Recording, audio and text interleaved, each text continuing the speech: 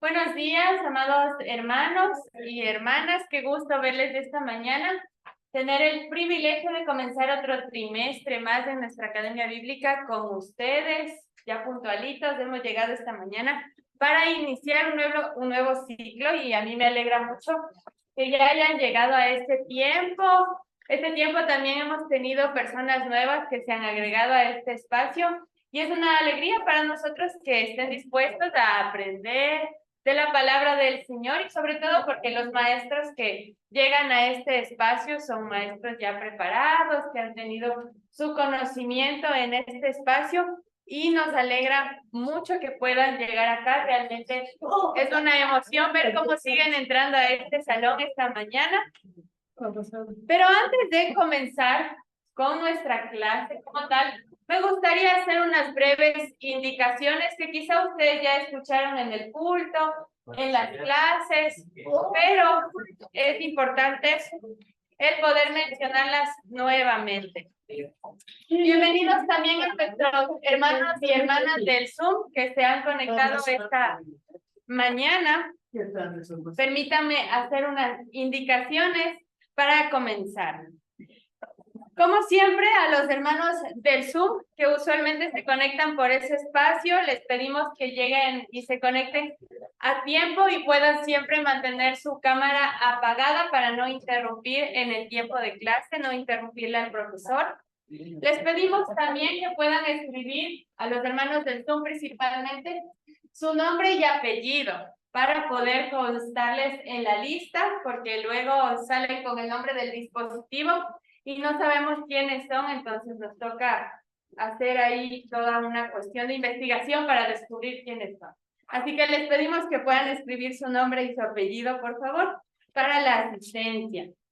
También les recordamos a los hermanos del Zoom que deben permanecer conectados durante todo el tiempo de clases. Caso contrario, no se tomará como asistencia. Sí, les pedimos que se mantengan conectados. Tanto para los hermanos del Zoom, ahora también los que ven el video y los hermanos de aquí presencial, recordarles que la colaboración por cada clase es de $1.50. Lo que nosotros recogemos es tanto para el refrigerio de los hermanos presenciales, pero también para la ofrenda que se les entrega a los profesores. Como yo lo mencioné, todos los profesores que llegan a este espacio son personas ya preparadas académicamente y que se preparan también para estas clases, entonces nosotros les reconocemos con una ofrenda y esperamos que todos puedan colaborar desde esa parte. $1.50 por una clase de estas no es en realidad una mayor cantidad. Si ustedes desean, pueden hacer esta colaboración a la transferencia, por transferencia a la cuenta de Capilla del Valle. También quiero mencionar que cada estudiante debe conectarse desde su propio dispositivo.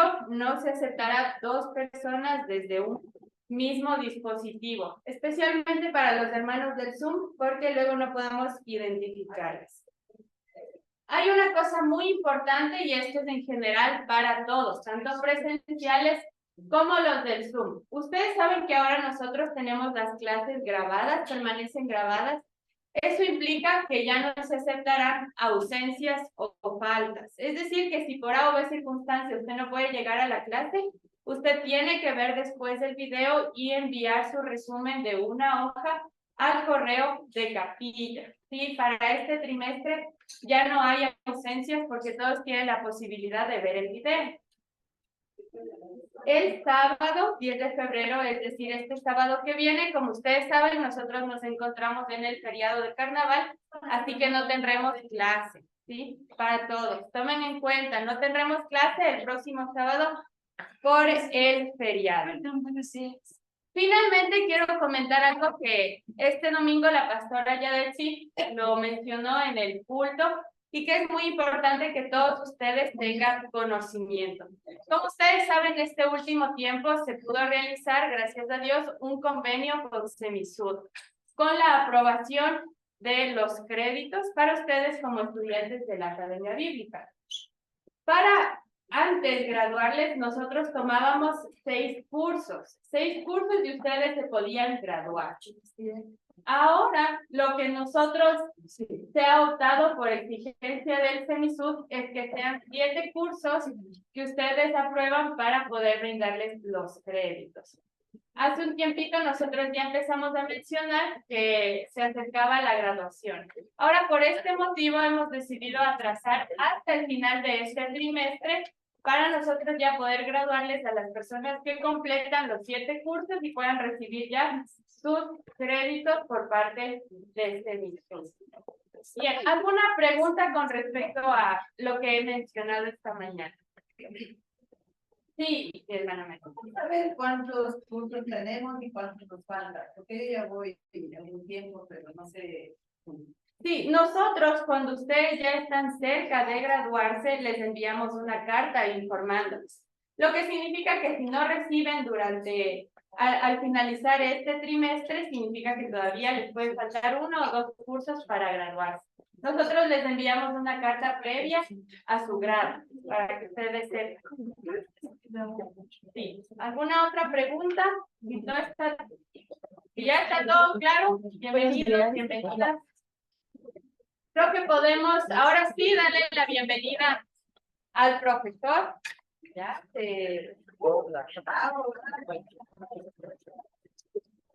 Bueno, me gustaría hacer mención de algunas cosas respecto al profesor. Ustedes ya saben, una eminencia no solo aquí en el Ecuador, sino también en otros países, el doctor Yatensi Bonilla, preparado ya académicamente hace varios años y continúa en esa preparación constante respecto al texto bíblico. Él es biblista, teólogo, especialista en las lenguas bíblicas. Actualmente se encuentra elaborando una traducción de la Biblia, así que un aplauso por eso.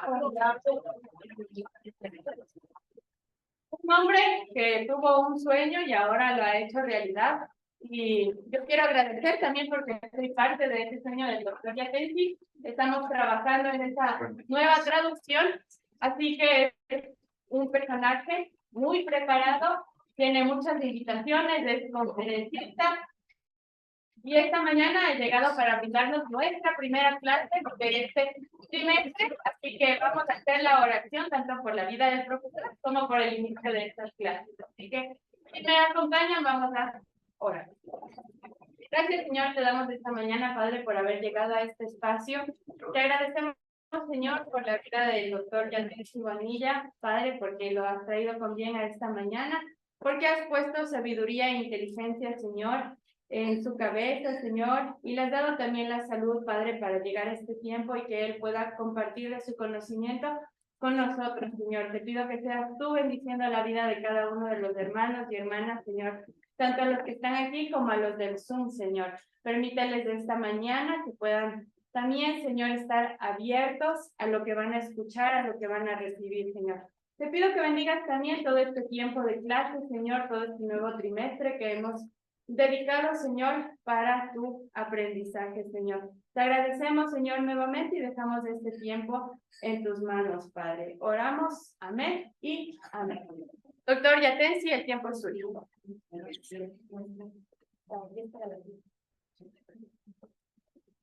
Buenos días para con todos y con todas. Realmente es un privilegio estar con ustedes, inaugurando en este año la Academia Bíblica. Mire, dicen que esto va hasta 10 para las 9. No, faltando 10 para las 9. Entonces, 7:30. Tenemos un buen tiempo. Bueno, como decía Mica, esta academia tiene algo especial, que va a ser la acreditación del CENISUD. Le cuento algunos chismes. El CENISUD también está acreditado por varias universidades, como de Puerto Rico, y los títulos que obtienen en el CENISUD son registrados por el CENESID a través de una universidad de Puerto Rico, la UTC, que está dentro de ese grupo de universidades. Todos los que se gradúen en los últimos años registran su título en el CENESID. O sea que si alguien quiere seguir sumando créditos en un tiempo, en varios años, pueden hacer su tesis y tener una licenciatura no solamente religiosa, también secular, porque todo lo que se registra en el CNCIP tiene ámbito secular. Y el mercado ocupacional es para ser profesores de filosofía, de lenguas antiguas, griego, hebreo, y también para ser profesor de filosofía, teología, religión, etcétera, etcétera. Entonces, los animo que sigan. Bueno, muy contento de iniciar, siempre digo ya decir que me deje iniciar la Academia Bíblica, me consigue ese privilegio de ser el primero, y sé que hay bastante nuevos, ¿cierto? ¿Cuántos hay conectados en 44? 44, y aquí hay como unos 30. 5, 16, 18, 21, 23, 27, como 33. Buen grupo. Y en el sur hay ¿cuánto? Como 70, casi cerca de 80. Buen grupo. Bueno, espero que no se desanimen, terminen el estudio de la Academia Bíblica. Hasta el día de hoy, bienvenida Marianita, Virgilito, cada día más guapo, Virgilito. ¿Sí? Silvia, la relacionista pública, el grupo, la consuegra, bienvenida. No, es que es un hijo adoptivo mío, se casa con Mica, se va a casar Mica ya. Sí, se queda un regalo. Se casa Mica. Un hijo adoptivo mío. Bueno, bienvenidos a todos, a todos, a todos. Vamos, bueno, siempre la Yadese me ha prometido, no cumple, me ha prometido que siempre me hace madrugar a las 7. Buenos días. Y me dice que me tiene un desayuno, ¿sí? Con chuleta, encebollado, café. Y hasta el día de hoy se desapareció para no traer el desayuno. ¿Dónde está Yadesi? No sabemos. Espero que la mica traiga. Bueno, chicos, vamos a iniciar. El tema de todas estas academias bíblicas va a ser temas doctrinales fundamentales, ¿sí? Vamos a hablar un punto extremadamente importante en la fe protestante, que es la justificación por fe. ¿El tablero al que está Carlos? No, ahí. ¿Qué es la justificación por fe? La justificación por fe. No es privable. Perdón. Estás perdonado, hijo, para eso ni se cura, para perdonar pecado. Yo te ayudo en el nombre de Patris, Espíritus, el Espíritu Santo. Amén. Oye, como yo tengo una foto cuando yo era cura, jovencito, con Clerme y todo eso. Yo era un cura juicioso. ¿Qué le pasó? Pero usted lo dijo, era, pero ahora soy mucho más juicioso. Bueno, chicos, la justificación por fe. Este es un punto medular en la doctrina evangélica protestante. Y esto fue lo que causó en sí la reforma en el año de 1517. Recordemos un poquito, antes de Martín Lutero, antes del siglo XVI, la Iglesia Católica creía en la salvación y lo siguen creyendo, pero el fundamento de la salvación estaba en las obras. Cumplir con las obras era cumplir con los mandamientos de Dios, y el que cumplía con los mandamientos de Dios era supuestamente salvo. Y había toda una serie de protocolos para la salvación. El purgatorio no está en el Antiguo Testamento ni en el Nuevo, pero sí nació en el pensamiento griego, que fue inclusive judaizado por una corriente griega y cristianizado. Y esa idea del purgatorio nace en el pensamiento de Platón, un filósofo del siglo IV. Yo le pregunté a una alumna en la Católica una vez, ¿quién fue Platón? Y ella levantó la mano y dijo, un plato grande, Platón. Un filósofo. Un filósofo griego que fue el maestro de Aristóteles. Bienvenida. Gracias. Y Platón decía que la realidad se compone de dos mundos. El mundo perfecto, el mundo de las ideas, que están las ideas más hermosas, más perfectas, y el mundo material, que es un mundo imperfecto. Así era, así hablaba Platón. Y Platón decía que el ser humano es un compuesto de la idea, que es perfecta, igual a alma. Para Platón, idea era un tipo de alma, ¿sí? Sinónimo de alma, la palabra griega eidos. Entonces decía Platón, el ser humano, antes de que tuviera cuerpo, tenía un alma eterna, un alma inmortal. Entonces, estaba en el mundo de las ideas, el alma de Yapense, un ejemplo. Ya Yapense existía en el mundo de las ideas. Yapense en el mundo de las ideas era insoportablemente bello, bonito, perfecto. Y sabía las verdades absolutas. Pero viene un demiurgo, que era un artífice, cogió esa idea y la plasmó en un cuerpecito sin comentar. Pero ¿qué es la muerte? La muerte es que el alma regresa al mundo de las ideas y el cuerpo se destruye. Eso se llama un dualismo exagerado. Entonces, era por eso que el catolicismo cristianizó la idea de Platón y eso se ve en la teología de la salvación. Entonces, es por eso que cuando una persona muere, cuando se encarnó en el cuerpo ya quedó contaminado, quedó imperfecto. Entonces, para volver al cielo, al mundo de la ciudad, tiene que purificarse en un elemento que se llama purgatorio, del latín purgatis, purificar, quemar por un tiempo. O sea, ese fue el fundamento del purgatorio, más de corte filosófico griego, que influenció en el cristianismo antiguo. Entonces Lutero, también y eso era un problema para ser salvo, porque se morían y estaban en el purgatorio y Dios los condenaba por 40, 50 años según los pecados que cometió en la tierra. Entonces nace la teología de las indulgencias. Las indulgencias eran ayudar a sacar almas del purgatorio. Sí, así. Por lo menos un ejemplo, se casaba Josué. Guevara se casa. ¿Con quién? Bueno, ya. Se casa con una chica, pongámosle Marisa, ya, inventemos nombres. Entonces ella en viuda se muere Josué. Y Marisa es medio pobre y va donde el Padrecito Bonilla. Le dice su santidad Padrecito Bonilla, es antiguo obispo monseñor. Mire, yo soy viuda de Guevara, se murió mi esposo, aunque era sinvergüenchón, pero lo amaba. Y el problema es que él debe estar quemándose en el purgatorio. Padrecito, ¿cuánto va a durar? Usted que conocía a Guevarita, ¿cuánto va a durar Guevara en el purgatorio? Y yo dije,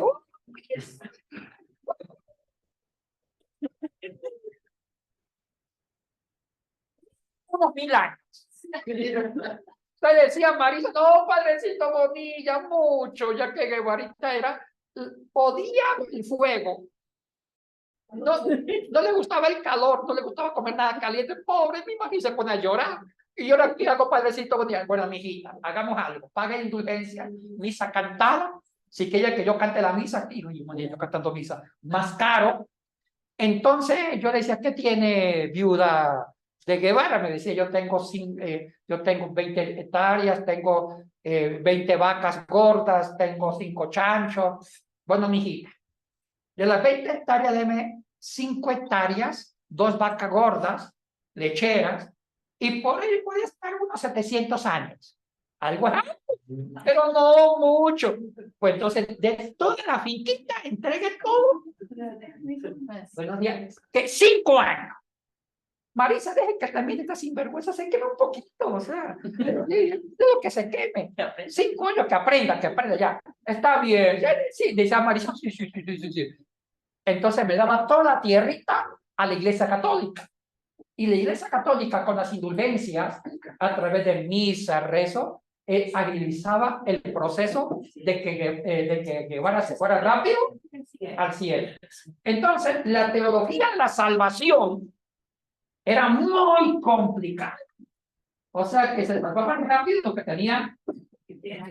Pobre yo, a mí me tocaba figurar ahí toda la eternidad. Entonces, los que tuvieron billetes, platita. Y también con las indulgencias, la Iglesia Católica medieval en la época del feudalismo se volvió adineral. Imagínense si no va a tener dinero así. Y hasta el día de hoy, los estados pontificios, la banca que más tiene la banca del Vaticano, hasta le presta la banca gringa, imagínense. Porque es el estado más pequeño, pero tiene un poder económico impresionante que fue recaudando en toda la edad medieval a través de la teología y las indulgencias. Ellos son accionistas de cervecerías, tienen colegios, las mejores universidades del mundo son católicas. Entonces, bueno, ellos han sido buenos administradores también. Entonces, todo eso en el siglo XVI. Disculpe la interrupción. Esta es una noticia de que el Estado ya no les va a dar las aportaciones a la Iglesia Católica, ¿verdad? Depende de los países. Sí, depende. Eso es muy. Depende de cada país. Hay bueno, antes en ciertos países había un convenio con la Iglesia Católica, una inmunidad para los sacerdotes, si cometían delitos. O sea, depende de cada relación. Porque ahorita el Vaticano es un Estado. Tal vez es el Estado más pequeño del mundo, pero que figura como Estado, tiene embajadores que se llaman los nuncios. Entonces, el Papa puede entrar a países ateos o a otros países más como la figura de un presidente del Vaticano. El Papa tiene una figura política fuerte porque el Estado del Vaticano es un Estado, aunque sea chiquito, con sus embajadores que se llaman los nuncios apóstoles. Bueno, todo eso colapsó con Lutero. Lutero dice, no es justo que hayan comercializado, corrompido la salvación, que es un regalo gratuito de Dios. No es justo. Entonces Lutero, que tenía un carácter fuerte, enojón, tuvo varias peleas con papas, cardenales, hasta que puso las 99 tesis en la catedral de Wittenberg, el 31 de octubre del 1517. Cuidado, el 31 de octubre, ¿qué es el 31 de octubre? Menos mal que no dijeron el día de las brujas. No, es la reforma protestante. Y para nosotros los ecuatorianos es el día del escudo nacional. Y otros pues van a celebrar el día de las brujas, pero eso es el mundo. Nosotros celebramos el día de la reforma, Virgilito. Marianito, el día de la reforma, el escudo nacional. Somos patriotas. Bueno, ¿qué libro usó Lutero para crear una teología espectacular, devolverle al cristianismo la identidad divina? El libro de los Romanos. El libro de los Romanos. Hablemos un poquito sobre Romanos.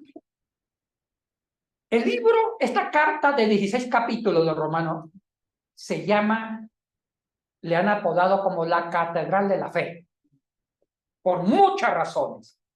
Ha sido la carta que todos los protestantes, teólogos, reformadores, han usado para fundamentar la reforma protestante desde el punto de vista teológico, bíblico.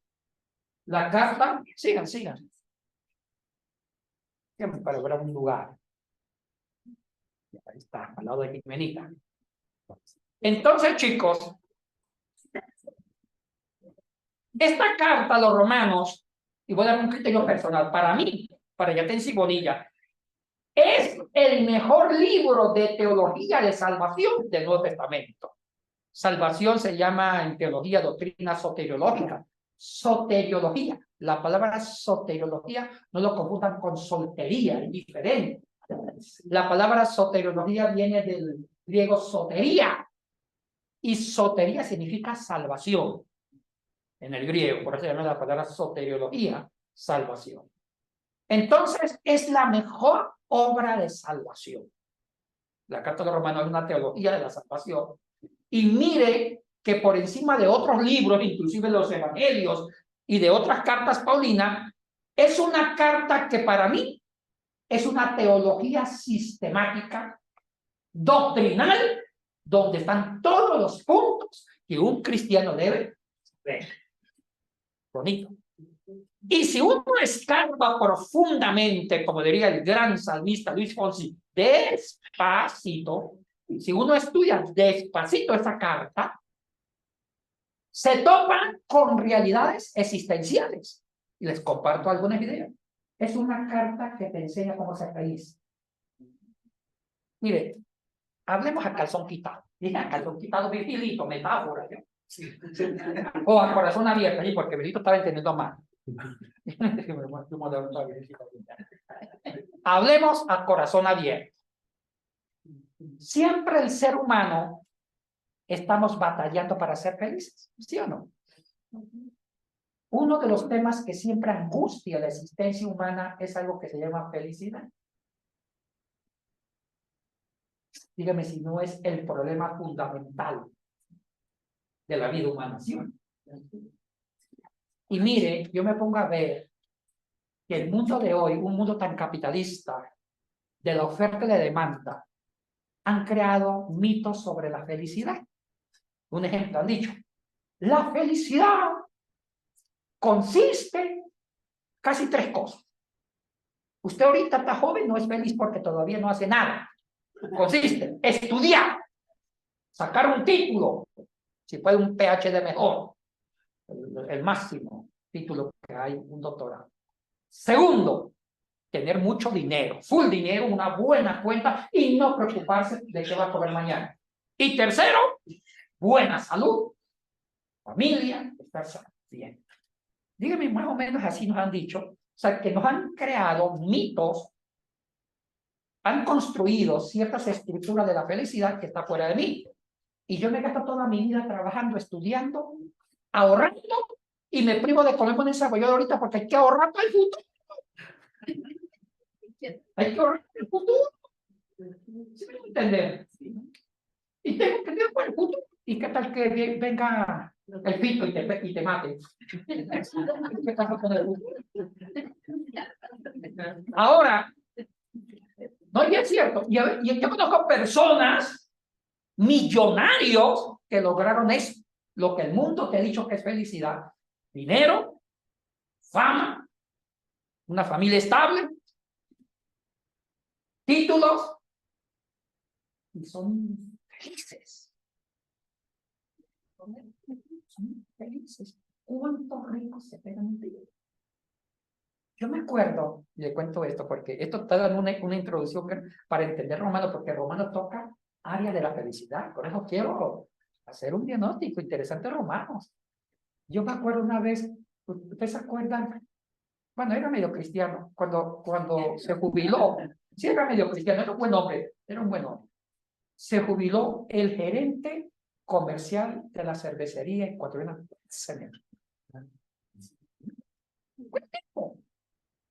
Se jubila el hombre y invita a un desayuno, y yo para desayuno soy bueno.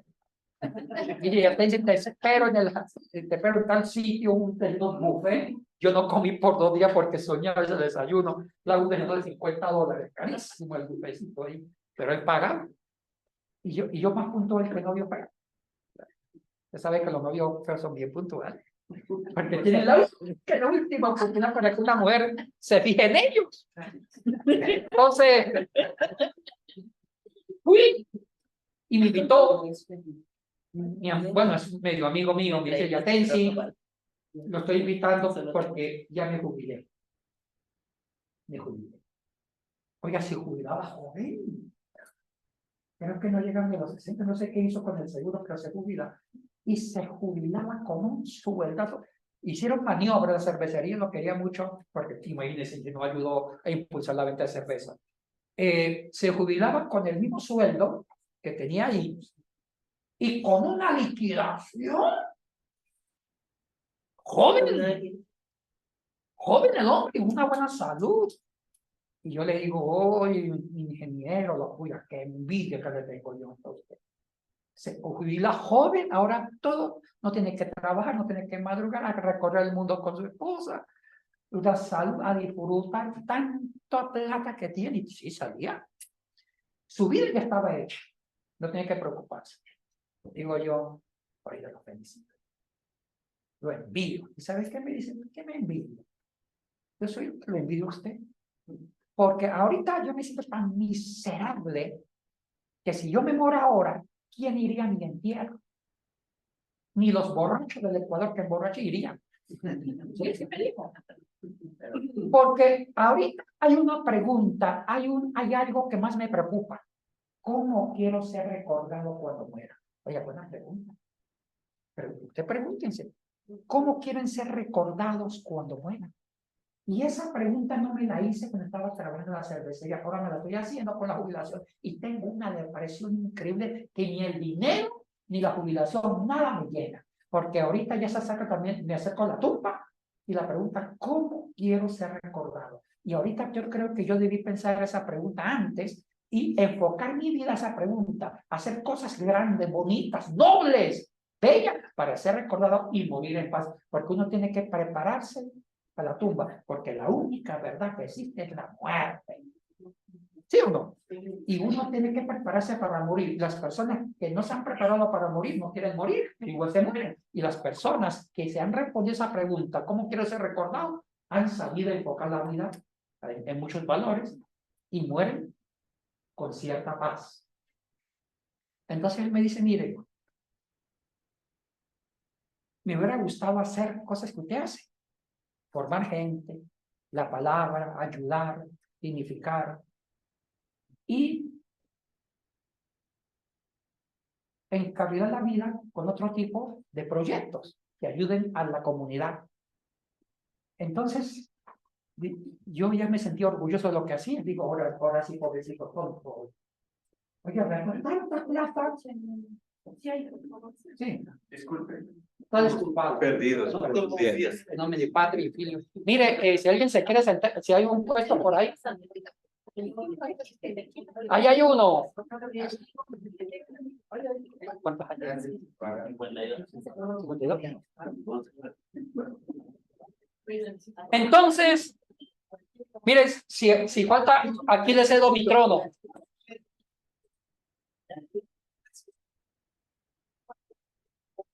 Si alguien no tiene puesto, vengan acá. Entonces, yo fui entendiendo con este hombre, lo tenía todo, título, dinero, éxito, salud y oración. Había algo por dentro que lo deprimía y hasta el día de hoy no disfruta de jubilación. ¿Y sabe qué está haciendo? Está haciendo un voluntariado, estudió ahorita capellanía en el Bozambes y está ayudando de capellán. Y ahora se siente mucho mejor. Y otra cosa que a mí me ha gustado hacer, no por morbo, es entrevistar a enfermos terminales que aparentemente tuvieron éxito en la vida. ¿Y saben qué sorpresa me ha llevado? Lo que menos ellos recuerdan es la fortuna que hicieron. No, eso ellos ya ni hablan de estorba, es incómodo, porque dejan a los hijos peleando. Ellos lo que hablan es lo bueno que hicieron o que pudieron hacer. Y cuando dicen, yo no hice esto, yo no saqué a mi perro a pasear el domingo porque estaba preocupado haciendo plata. Ahora, ¿cuánto me gustaría, si Dios me hiciera un milagro, hacer lo que no hice? ¿Y sabe qué es lo que yo le pregunté? ¿Qué le gustaría hacer lo que no hicieron? Y son cosas que ustedes se van a reír, tontas. Uno de ellos dijo, irme a la Carolina con mi mascota y jamás saqué a mi mascota porque no tenía tiempo. Y me pongo con este cáncer terminal, yo a veces sueño cómo sería feliz caminando un domingo a las 7 de la mañana con la mascotita, muerto a la risa. ¿Y sabe qué me decía él? Eso es vida y yo desaproveché. Ahora, el dinero que construí no me sirve de nada. Antes me estorba. Porque no me da paz para morir. Es interesante cuando uno hace una reflexión antropológica del valor de la vida. Y uno se olvida que no sabemos vivir. Hay cosas más hermosas que descuidamos porque el mundo nos ha puesto ciertos paradigmas para ser exitoso. Dinero, prestigio, título. ¿Y usted consigue eso? Si es que lo consigue, porque se puede morir antes. Y muchos que lo consiguen no se sienten. Ahorita que yo estuve con la traducción de la Biblia, eso a mí me ha llenado mucho. Sentarse a traducir el griego y el hebreo, eso llena. Porque es un proyecto que ayuda a los jóvenes, porque esta traducción es más para los jóvenes, con un lenguaje moderno y contemporáneo. Porque los jóvenes, yo no leía la Reina Valera, pero no la entienden. Leí un joven y me dice, ya pensé qué significa el lagar. Esa palabra está así o no. ¿Y sabe cómo se ha traducido? El lugar donde se hace vino. ¿Me entendieron eso? Entonces, tener un proyecto de que la palabra de Dios llegue más, con un lenguaje más de hoy, eso marca un éxito, aunque uno nunca se va a enriquecer con eso, pero el hecho de que muchas personas sean felices con eso, eso es más que $1.000.000. ¿Me voy a entender? Entonces, esa es la vida, disfrutar, ayudar a otros. Igual Dios te cuida. Entonces, lo que quiero decir que la Iglesia Católica dañó toda esa teología y viene Martín Lutero y rescató en Romanos una riqueza de la salvación que también ayuda a vivir bien. No solamente es al cielo, es saber vivir bien. ¿Entendieron? De eso vamos a hablar. Romanos. Bueno, entonces, empecemos con la carta. Y decía que esa carta tuvo lindos apodos, la Catedral de la Fe, porque esa carta inspiró grandes avivamientos. Inspiró la conversión de Lutero, inspiró la conversión de Juan Calvino, también inspiró la conversión del fundador de los metodistas, Wesley, inspiró la conversión del pecador más pecador de la historia, el santo de Hipona, San Agustín de Hipona, que era un terrible pecador, pero cuando se convirtió en un gran santo. ¿Y sabe con qué libro se convirtió él? Leyendo Romanos, en el huerto de Milán, en el siglo IV. El gran santo de Hipona. Entonces vamos a escarbar Romanos. Romanos tiene 16 cartas, 16 capítulos. Y mire, Pablo se inspiró bien. Las cartas paulinas son hermosas, pero esta carta es bella. Yo creo que Pablo estaba inspirado cuando escribe Romanos.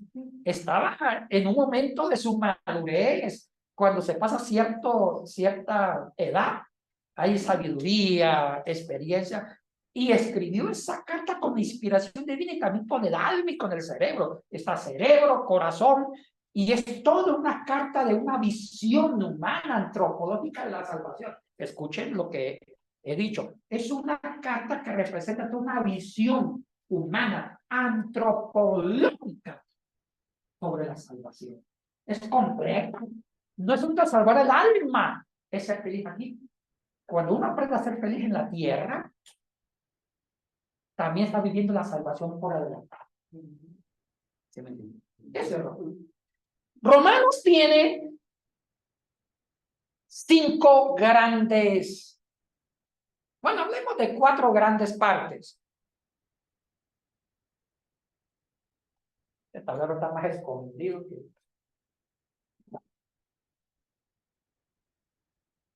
La gente sí ve el tablero ya, ¿no? Primera parte. Bueno. Segunda parte. Tercera parte. Y cuarta parte. ¿Entendieron? Cuarta parte.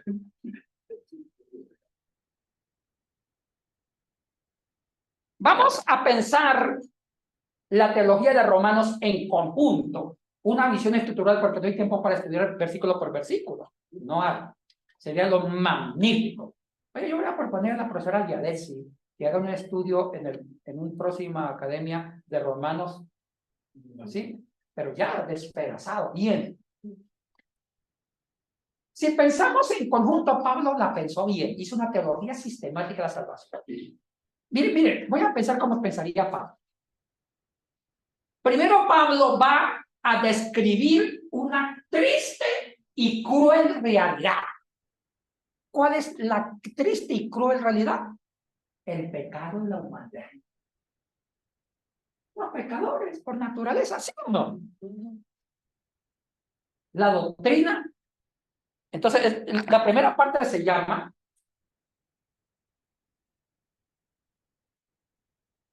un diagnóstico del pecado.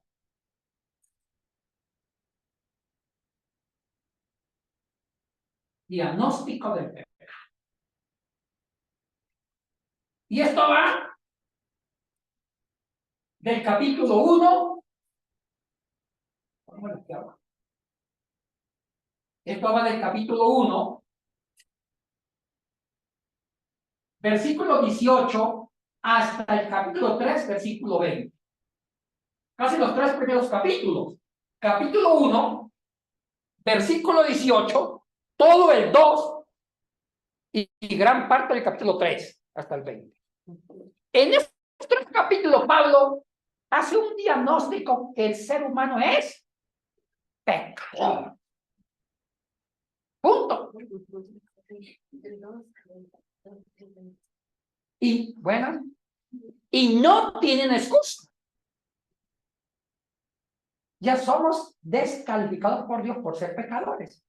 Y miren cómo me gusta como Pablo aborda el diagnóstico de la condición pecaminosa de la humanidad. Lo hace con una, parece que fuera un psicólogo, un antropólogo. Y miren cómo lo hace. Lo hace, descalifica a 3 grupos que se creían la última Coca-Cola del desierto.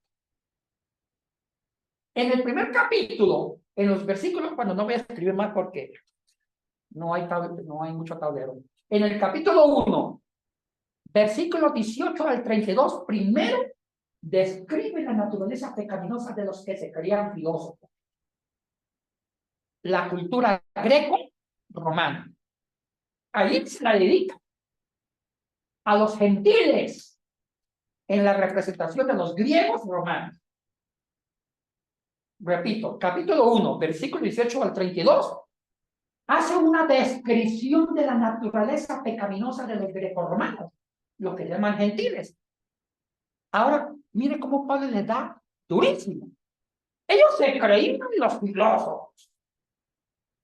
Es cierto que el nacimiento de la civilización occidental nace de los griegos. Ellos se creían los amantes de la verdad, los buscadores de la sabiduría griega, y se extasiaban razonando, especulando las verdades últimas del saber absoluto. Grandes filósofos de antaño como los presocráticos, Heráclito, Zenón, Anaxímenes, Anaximandro, después Sócrates, Platón, etc. Mejor dicho, eran todo unas leyendas. Y después vienen los romanos, que heredaron mucho la cultura griega. Y los romanos fueron los padres del derecho civil, el derecho administrativo. Entonces, pero mire, aquí viene algo que le da duro palo. Léanse los versículos 18 al 32. Despacito. Después lo den en la casa. Ellos inventaron la famosa ley natural. Inventaron la famosa ley natural. ¿En qué consistía la ley natural? Consistía en descubrir que hay un gran ser absoluto. Nunca lo llamaron Dios, no. Pero ya dieron la idea de que era un Dios. Ellos decían, hay un ser supremo, un ser inamovible, un ser completamente perfecto que fue originando el cosmos. O sea, el cosmos, lo que existe, es a través de un movimiento. Ellos hablaban del movimiento de un ser perfecto. Aristóteles lo llamó el motor inmóvil, que Tomás lo llamó Dios. Ellos decían que a través de la belleza de la creación, a través de las leyes de la naturaleza, podemos llegar al creador. Eso se llama la ley natural. ¡Ay, nació una ética muy linda! La famosa ética de la ley natural que los católicos la usan. ¿En qué consiste la ética de la ley naturalista? Toda conducta humana que no respete las leyes de la naturaleza es una conducta inmoral. Oye, inteligentes los griegos. Ejemplo, el aborto. Si usted interrumpe un embarazo, va en contra de la ley de la naturaleza. Porque todo ser, decía Aristóteles en su Ética Nicómaco, todo ser tiene derecho al nacer, desarrollarse, crecer y morir naturalmente. Toda conducta humana, sobre todo hacia los humanos, que atente y quite la vida, es inmoralidad. Ellos no estuvieron de acuerdo con la homosexualidad, porque la homosexualidad iba en contra de la naturaleza. Oye, qué bonito. Deducir un conjunto de valores a través de la ley de la naturaleza. Ahí nació la ética de la ley natural. Entonces, miren lo que dice Pablo. Pablo es un filósofo, un pensador. Pablo descubre las fallas. Entonces, si usted comienza a leer el versículo 18, si pueden descargar la TCB, la versión de nosotros está mucho más clara. Pablo dice, ustedes, o sea, los romanos, los griegos, ustedes, ¿qué se creen? Ustedes, Dios se reveló, o sea, Pablo va a decir que también Dios se reveló a través de la naturaleza. Así como Dios se reveló a los judíos con la ley de Moisés, Dios también se reveló a ustedes, los griegos, filósofos romanos, a través de la ley de la naturaleza. Y dice Pablo, Dios se reveló a través de la ley de la naturaleza, se reveló a través de las leyes de la naturaleza, pero no la respetaron, no descubrieron a Dios en lo que ustedes mismos inventaron, la ley natural, sino que se acostaron hombres con hombres, eso dice, y fueron en contra de la naturaleza. Es por eso que también son declarados culpables ante Dios. Descalificados los grandes filósofos grecorromanos, gentiles. Capítulo 2. Ahora, ¿quién les tocó el turno? A los que se creen los santurrones. Los judíos. Todo el 2 es también descalificar a los judíos. ¿Y cuál fue? Mire, en el caso de los gentiles había dos parejitas. Era la idolatría y la inmoralidad. Porque la idolatría genera inmoralidad. Todo idólatra se vuelve un inmoral, en todos los sentidos. Y eso está hablando Pablo cuando habla de la culpabilidad de los gentiles. Ahora, en el caso de los judíos, de los dos, ellos se creían los dueños de la ley de Dios, casi arrogantes, soberbios. ¿Sabe dónde nos descalifica Pablo? Por la incoherencia y la soberbia. También son porque tampoco cumplían la ley. También los descalificó. Pero el tercer grupo, capítulo 3. ¿Quién era el tercer grupo? Eran los que no se consideraban ni judíos ni gentiles. ¿Sí me entiende? Porque un africano por ahí. Entonces se llama el pecado de todo el mundo. Este tercer grupo, medio anónimo, también Pablo los descalificó. En conclusión, el ser humano está perdido. No son felices. Hay homicidios, avaricia, teísmo, egoísmo, depresiones.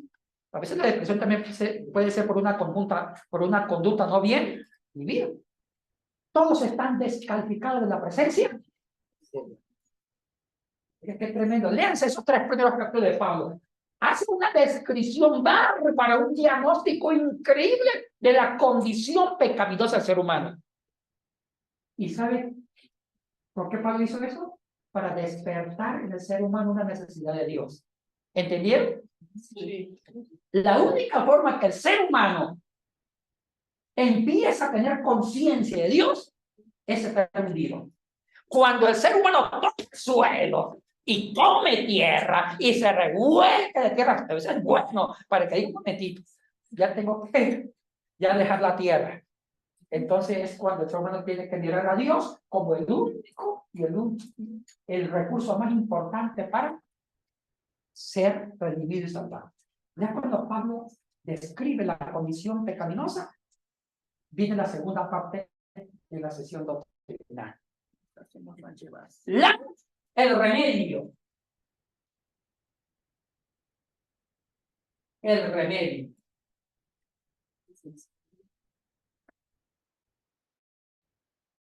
La justificación. Lleguemos a Camilo. La justificación. Esta es la parte de... O sea, ¿cuál sería el título de la primera parte? Poca sección doctrinal. Sí, se me olvidó decir esa palabra. La primera parte, porque Romanos tiene 4 grandes partes. La primera parte se llama sección doctrinal, que va hasta la mitad de la carta, hasta el capítulo 8. Entonces, estamos en la sección doctrinal, ¿sí? Escríbanlo ustedes.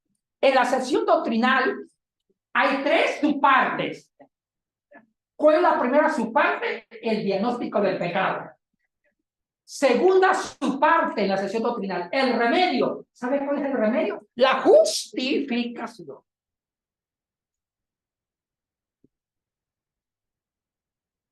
La justificación.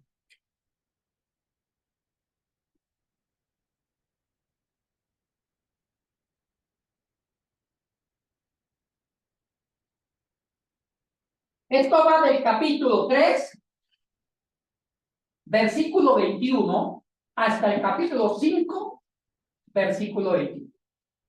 3, 21, todo el 4 hasta el 5 y 21. Ah,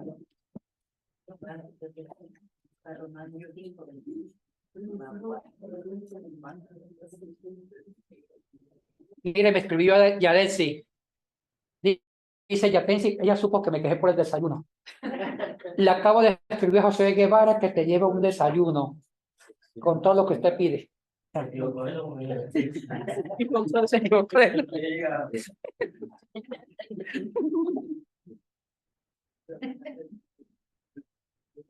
Chicos y chicas, entramos a la parte más espectacular. Ya cuando Pablo hace un diagnóstico sombrío, triste, para llorar. Uy, lean el capítulo 1. Dígame si hay un listado de pecados horribles de los gentiles. Y también el 2 y el 3. Ya cuando Pablo declara que todo el mundo está perdido, dice Pablo, no se preocupen, tenía que hacer esto para que aprecien la justificación. Viene el remedio. ¿Cuál es el remedio?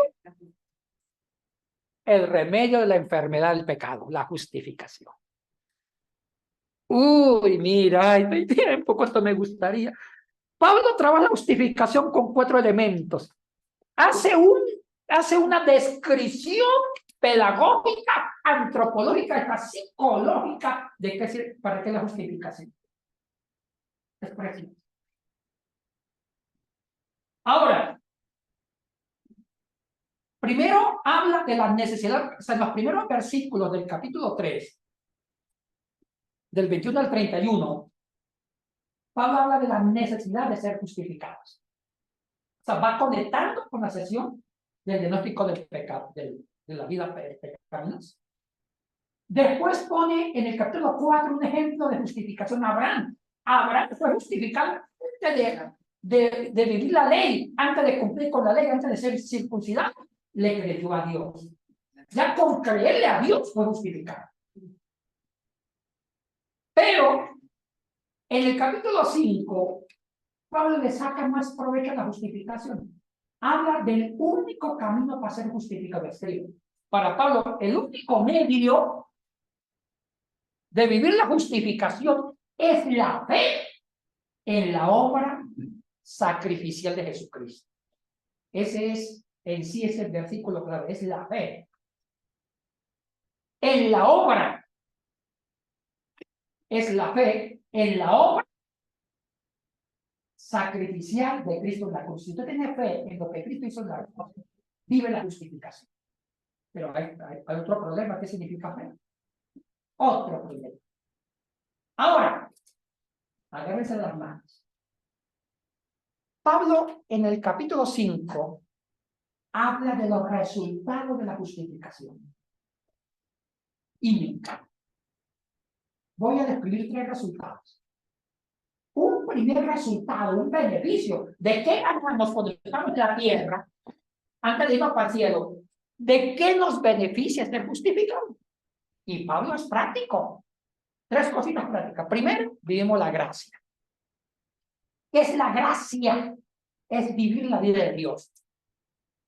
Repito, la gracia es vivir la vida de Dios en Cristo Jesús. Chicos, ¿ustedes saben qué significa la palabra gracia? ¿Alguien me lo puede definir?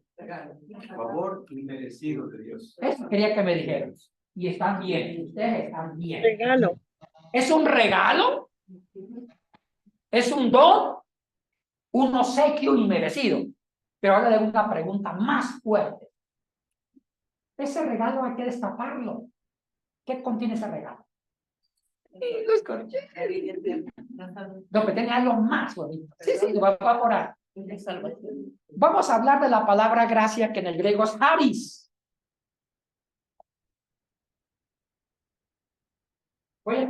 Como algunos van a ser mis alumnos en griego, le voy a escribir para que se vayan familiarizando con las letras griegas. Charis, escribe con así. Y letras del español, así, charis. Español aquí, o letras del castellano, y arriba con las letras. ¿Qué era charis? Gracias.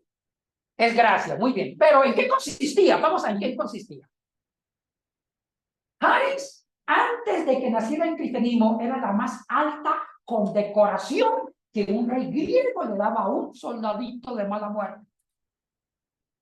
Vamos a hacer un drama, ¿ya? Vamos a hacerlo. Le voy a pedir al actor Josuecito. Resulta que yo soy el rey Yatensi IV de Atenas.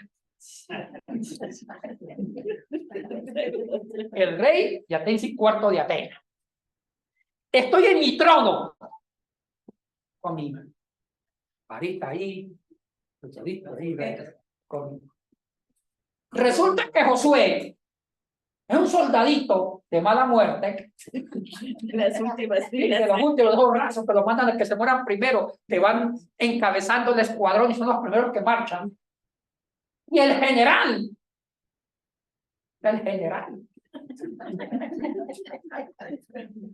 Virgilio el Grande.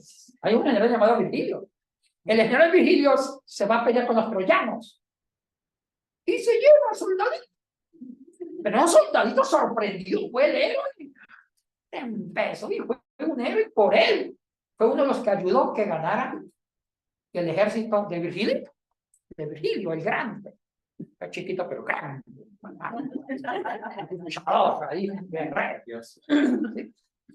Entonces viene el general y me cuenta, mire, Yatensi IV, Josué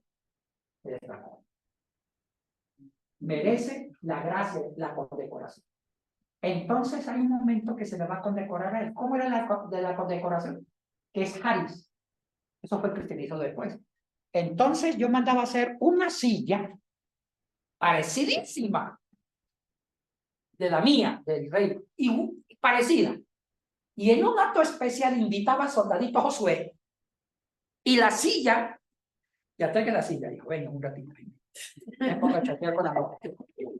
Ponía la silla ahí, y el soldadito venía y se sentaba al lado mío. Y la familia, los hijos estaban ahí. Por unos minutos, 20 minutos, yo, el gran rey, el monarca de Atenas, de Grecia, escuchen lo que define qué es gracia, eso fue cristianizado. Yo como rey compartía mi vida con el soldadito. Y él también compartía la suya con la mía. En ese momento no había ni jefe ni rey, sino que éramos una familia los dos. ¿Sí me entiendes? Entonces yo decía, mire cómo está, pues vecino, cómo está la batalla. Entonces yo le contaba cosas que no le contaba al general, le contaba, mire, yo vengo de mi abuelo fue un hombre muy duro, fue rey de Atenas, peleó contra los de Sangolquí, reinado de Sábado, todo eso. Y entonces era igualdad, ¿me hago entender? Uy, para él, para Josué, el soldadito raso, era la máxima condecoración, porque el rey, el monarca, compartió su vida, sus emociones con él. Y después de 20 minutos él se bajaba, se llevaba la silla, llévese, se llevaba la, no, sí, se la llevaba, se llevaba la silla, y eso le cambiaba la vida, porque le contaba a sus nietos, érase una vez, el monarca Yatensi compartió su vida y eso cambió mi vida porque me da autoestima, me creo más importante porque él compartió su vida. Eso es gracia. Ahora sí, ese concepto de charis se cristianizó. Ahora sí definamos qué es gracia. Ahora abramos el regalo. Abramos el regalo y definamos. ¿Qué es gracia? Escriban. La gracia es que Dios comparte su vida con los creyentes en Cristo Jesús. Qué lindo, qué preciosura, oiga. Qué preciosura. ¿Qué es la gracia? Ahora sí, no digan solamente que es un regalo. Ahorita hay que abrir el regalo. La gracia es que Dios comparte su vida con los creyentes en Cristo Jesús. Dígame si no es la más grande condecoración. Y esta gracia que Dios nos da es de por vida. No dura 20 minutos. Entonces tenemos que ser más profundo, y eso también lo decía Yadesi, de dar una academia bíblica, de ver los beneficios pastorales psicológicos de la gracia. No nos profundizaron. Tiene beneficio, porque usted va a vivir la gracia hasta en su negocito, en su vida, hasta en su dolor. También postrado en un hospital, usted también puede encontrar la paz en medio de su enfermedad. ¿No entender? Así es. Tenemos que preparar a la gente para eso. Hay un libro que escribió un gran teólogo, Goldman, que se llama Los beneficios de la gracia. Son 7, que no lo voy a traer ahorita por el tiempo. O sea, la gracia es la vida, usted tiene que vivir la gracia hasta en los detalles más insignificantes, porque la vida está llena de detalles, y cada ser humano se pregunta, este gesto del vecino o la vecina me dañó el día. Gracia, felicidad en pequeños detalles, y no dejarse aplastar a la gente de la depresión, del dolor, ¿sí me entienden? Pero ya el concepto es grande. ¿Qué es la gracia? Díganlo. ¿Qué es?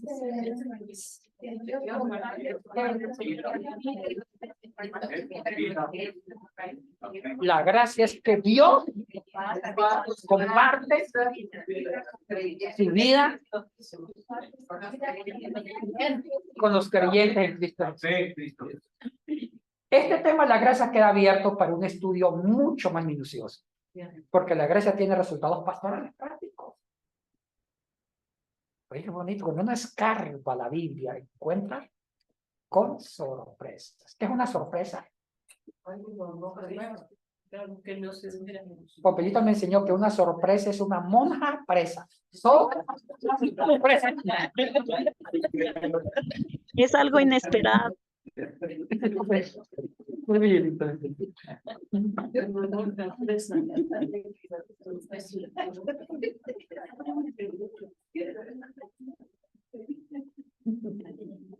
Sigamos, chicos, que esto es más apasionante. Siguiendo con esto, entonces estamos hablando de los resultados de la justificación. El primer resultado de justificación, según Romanos 5, del 1 al 20, primero es la gracia. Segundo, mantener el gozo en medio de la tribulación. Ay, dice, me encanta. Escriba, el segundo resultado de justificación. Mantener la alegría. Mantener el gozo en medio de las 8:50. Mantener el gozo, mantener la alegría en medio de la tribu. Acuérdense que Pablo tiene ese estribillo en todas sus cartas. ¿Qué dice Pablo? Sean gozosos, aunque le estén matando, aunque le vaya mal, mantengan el gozo. Oiga, créanlo que este es un secreto que todos nos utilizamos para ser felices. Porque a veces cuando tenemos problemas, nos vamos para abajo. ¿Sí o no? Sí. Hermanito, ¿cómo está? Jodido. Me robaron. Me operaron del pie. Mi hijo enfermo. No tengo ni para el desayuno.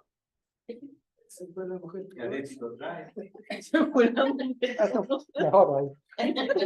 Le quitan carga. Es un chiste de mal gusto. Entonces, yo encontraba gente así. Pero Pablo, como un profundo misionero y teólogo, él vivió en la vida propia que aunque le haya, porque él vivió persecuciones, aunque lo hayan apedreado, le hayan insultado, hayan naufragado, siempre mantuvo la alegría. Las personas que llegan a eso, me saco el sombrero. Y los que pueden llegar a ese estatus son los maduros en la fe. Ellos sí son cristianos de verdad. Porque el cristianismo no es una religión, no. El cristianismo es una forma de vida que afecta su psicología, sus emociones, su forma de vivir. Y también el cristianismo debe afectarle su forma de encarar los problemas. Miren, les cuento un chisme. Por lo menos Josucito, la novia lo votó por feo. Y mantuvo la paz.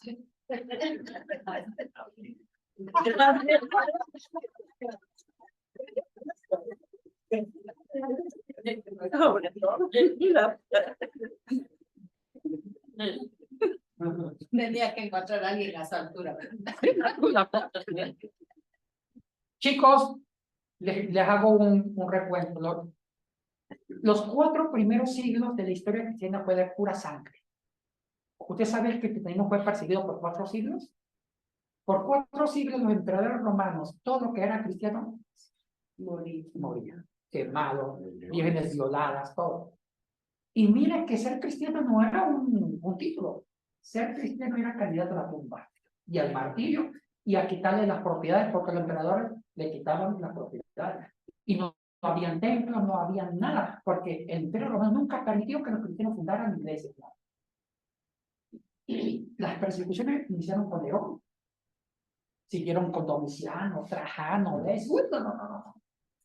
Léanse los 4 primeros siglos del cristianismo primitivo y es para llorar, pero también es para llenarse de fe y de esperanza. Ahí nació la iglesia y con ellos creció la iglesia. ¿Por qué? Y mire que el imperio no permitía que los cristianos hicieran evangelismo popular, que predicaran el evangelio en plaza. No, eso era prohibido, delito. No tenían templo. La pregunta es, ¿cómo crecieron? Híjole, no, ni eso. No, crecieron por la fe. Porque contagiaban gozo a los romanos. Se venía un romano y decía, pero Josué, nos van a matar, ¿y cómo usted está tan tranquilo? Eso, esa actitud de vida, esa forma de ver la vida, de vivirla, contagió. ¿Me van a entender? Porque ellos jamás, el imperio romano, pudieron matar su cuerpo, pero nunca mataron su fe y su gozo. Y fueron felices aunque los mataron. El problema es cómo tenerlo. Porque el cristianismo nos ayuda en la justificación, nos ayuda a cambiar nuestro disco duro. Entonces, ese es un resultado de la justificación. ¿Cuál? El gozo. Esa es otra academia bíblica. Los pasos para mantener el gozo como fruto de la justificación. ¿Cuántos resultados van? 2. Tercero, la paz.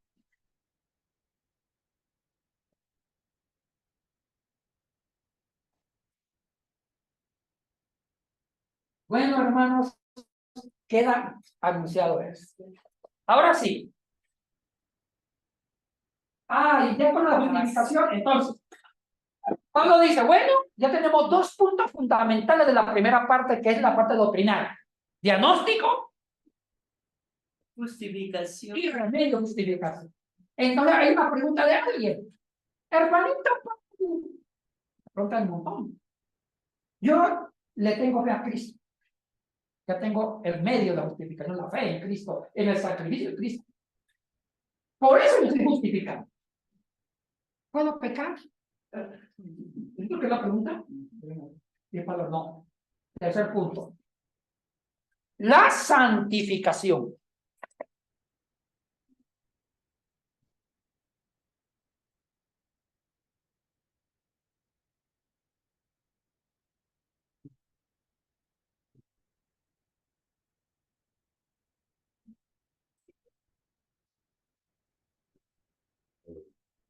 Santificación, que eso va del capítulo 6 al 8.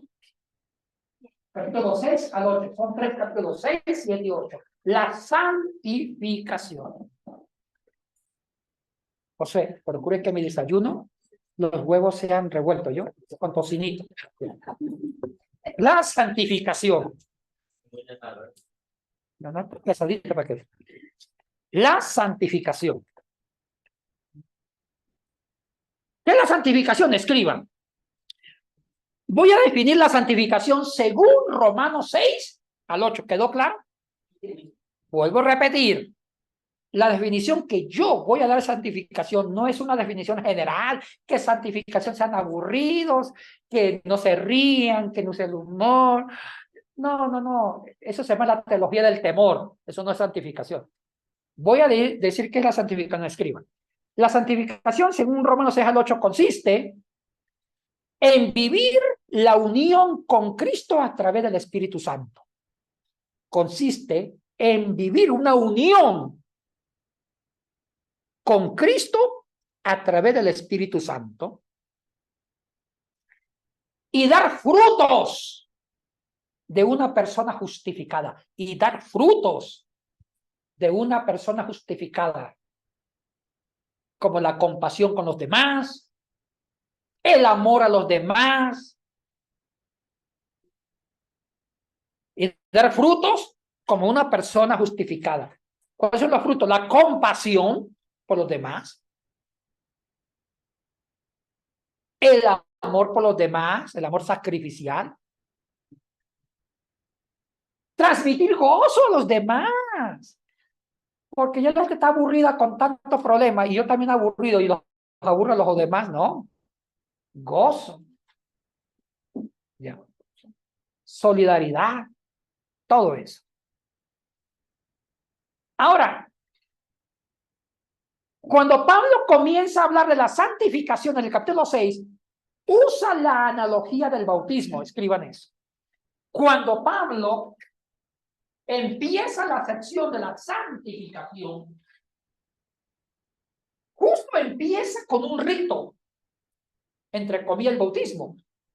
¿Han leído ese capítulo 6 de Romanos? Dice Pablo, hay que morir con Cristo, tenemos que descender a las aguas, morir con el cuerpo de Cristo para hacer ¿qué?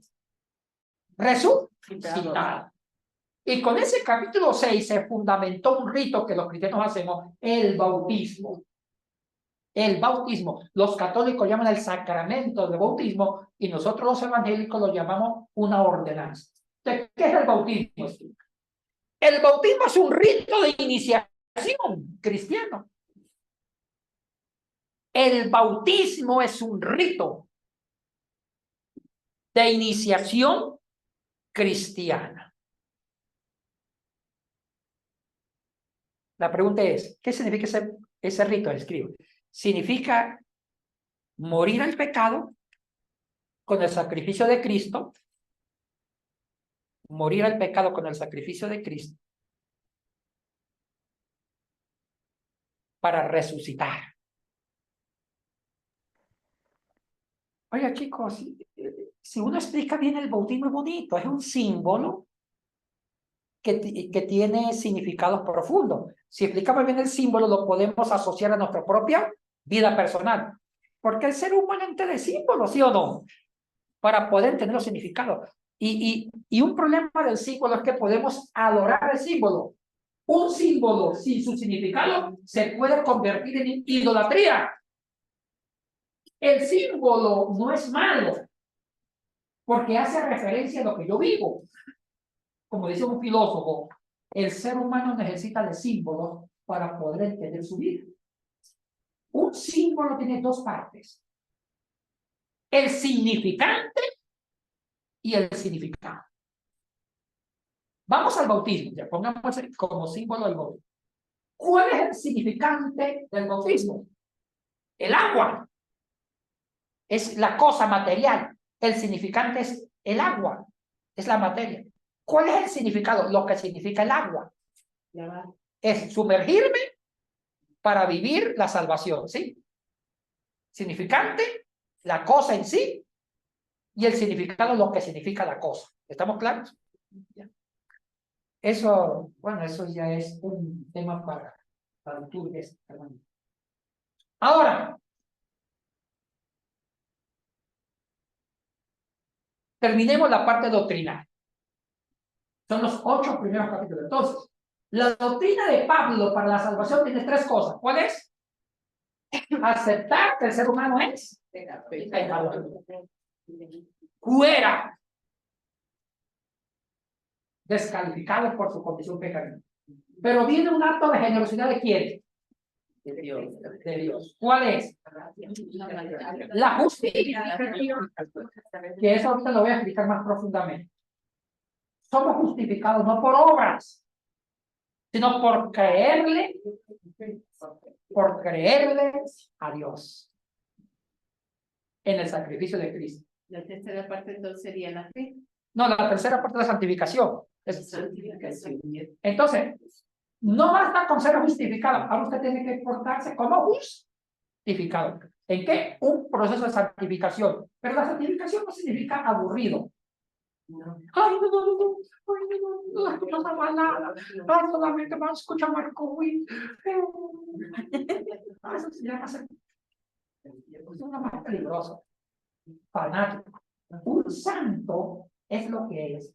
Y es solidario con los demás. Tiene compasión. Da amor, da gozo. Un santo infunde alegría, respeto, infunde. Un santo no significa que nunca va a poder seguir pecando con el humano, pero también se va a perfeccionando. Es mejor ser un santo alegre que un triste santo. Mire, Cristo es un santo alegre. Bueno,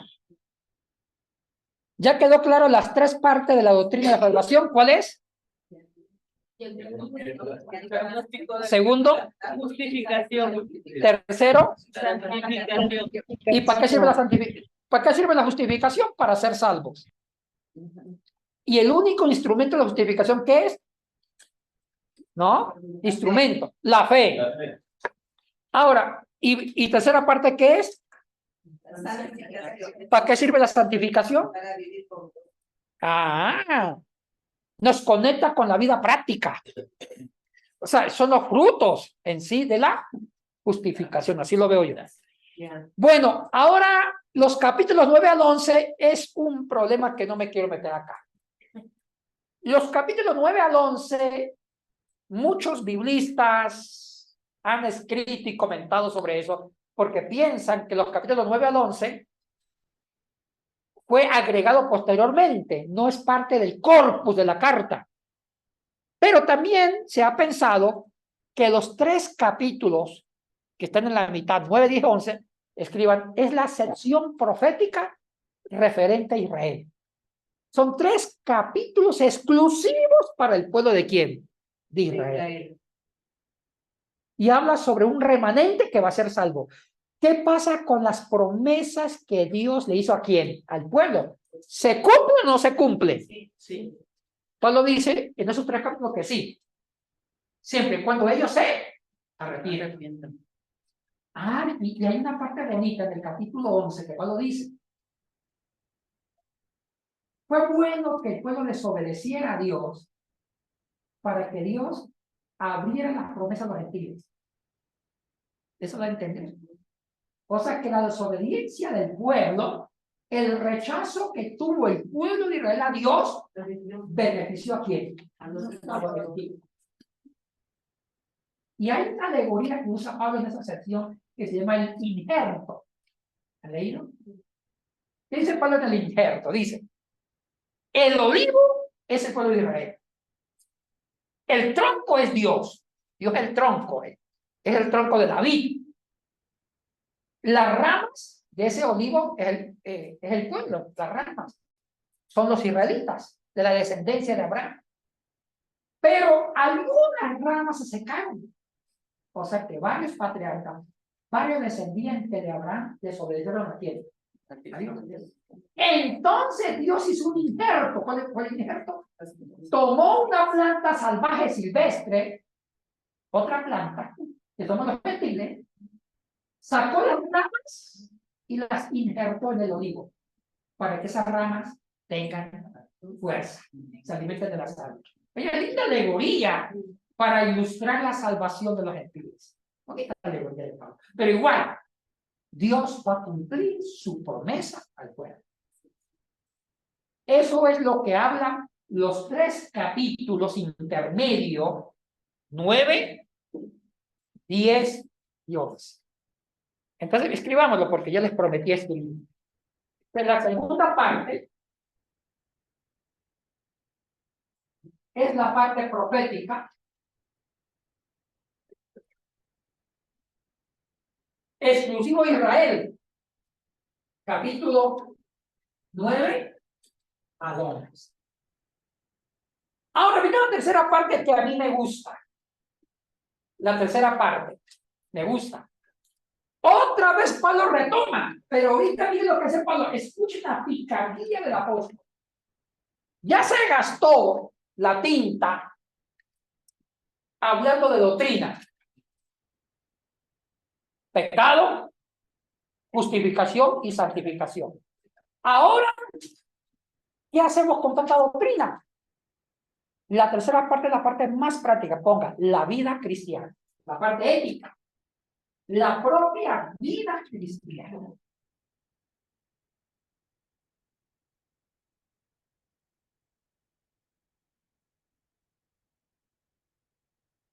Que va de los capítulos 12 al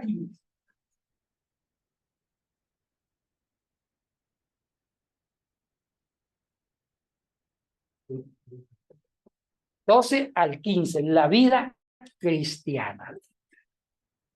Chicos y chicas, vamos, como diría el gran salmista Luis Fonsi, despacito. Oiga, ¿cuándo usted va a cantar esa canción, Virgilito? Sí, sí. No, no. Le canto despacito. Cuando uno revisa los capítulos del 12 al 15, es maravilloso. Con toda esa sabiduría que Pablo nos hizo soñar con la doctrina, un Dios que descalificó al pueblo por ser pecaminoso, pero no solamente se quedó descalificando, dio esperanza. ¿Y cómo le dio esperanza? Con la justificación, donde está la gracia, que es vivir la vida de Dios en Cristo Jesús. Nos dio vida con la justificación, salvación, y también nos enseña a vivir los frutos de la santificación, con los frutos de la justificación con la santificación. Ahora, ¿cómo hacemos todo ese capital doctrinal de la vida práctica? Los capítulos 12, 13, 14 y 15, Pablo enseña de cómo vivir la vida cristiana. Enseña cómo debe ser la relación con los políticos. ¿Sí me entienden? Respeten las autoridades. Enseña la inteligencia emocional que aprende uno de los caballeros. Las relaciones interpersonales en el amor arte. Evitar pleitos, comentarios, chismes, abuso de confianza. Todo eso. Ay, que el que come carne sacrificada a los ídolos de los que tienen fe fuerte, no escandalicen a los débiles. Deben respetar su libertad. No coma delante de un débil, cómalo solito. O sea, es la parte ética de respeto, de buenas relaciones interpersonales, con la política, con los mismos hermanos, la relación con los débiles de la fe. O sea, que no basta con saber doctrina, hay que vivirla. Y viene un cuarto capítulo, la cuarta parte a mí es el que más me gusta, no sé por qué. Es la despedida.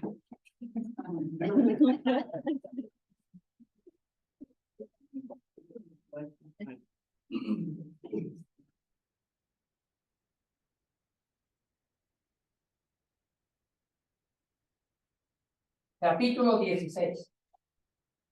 ¿Pero por qué me gusta? Voy a decir por qué me gusta. En la despedida. Me gusta. Para muchos es aburrido ese capítulo 16, ¿sí o no? ¿Por qué es aburrido? Pablo menciona 35 nombres. Menciona a Priscila, mire, Salúdeme a Priscila, salúdame a Aquila, saluda a mi abuelita de Timoteo, saludos a la vecina, al vecino, al compadre. Ay, mire, don Gallito, amigo mío, el que me dio un almuercito cuando yo estaba perseguido. Oiga, se gasta 35 nombres. ¿Qué tú le dices? Muchos no dan sentido a ese capítulo. Para mí sí. ¿Sabe por qué me da sentido? Porque Pablo muestra que es un pastor de verdad. Pablo muestra que es un pastor de verdad. Cuando se acuerda de todo el mundo. Mire, vamos a la parte humana. Ustedes son ovejas. Ustedes van el domingo al culto cargados con problemas, con depresiones. Y bueno, el pastor, buenas tardes. Dígame si usted no se siente importante que un pastor que maneja mucha gente le diga, Virgilito, dígame si no se siente bien. Jimenita, un abrazo. Para una oveja que es un pastor, se acuerda de su nombre y le muestra una actitud amistosa, le ayuda a cargar. Psicológicamente es una super motivación psicoemocional. Ay, cuando un pastor le diga, hermano, ¿usted cómo se llama? Ay, uy, no. Pastor, usted saca ese del pastor. Un pastor debe cuidar detalles, conocer los nombres de su gente, su problemática, y tratar de tener una interrelación psicoemocional de motivación. Y Pablo demostró esa tremenda capacidad pastoral en el capítulo 16. Díganme que los que reciben salud no se un importante. En la voz, todos se yo me acordaba que una vez vino Pablo con hambre y yo le hice un desayunito. Un desayunito. Oiga, dígame si eso no es lindo para la gente. El gran Pablo, el misionero de Chile, me saludó. Me dio un motivo para sonreír en medio de mis problemas diarios. Qué linda esa actitud de Pablo. Oiga, Pablo me dio una cátedra de teología pastoral en lo más básico y simple. Mencionó a todo el mundo. Y no tuvo problemas de escribirlo. Salúdame a Gertrude, salúdame a Pepito por allá. Ay, Pepito me trajo la capa, el manto, a mí se me pidió. Oiga, esa capacidad de un pastor de acordarse de detalles de sus ovejas da esperanza a sus ovejas en nombre de Cristo. ¿Por qué usted tiene detalles?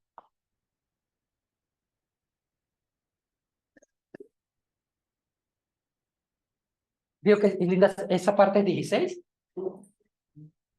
Bueno, chicos, ¿quedó claro la línea general de la carta? Sí. De Romano. Pero hay una pregunta.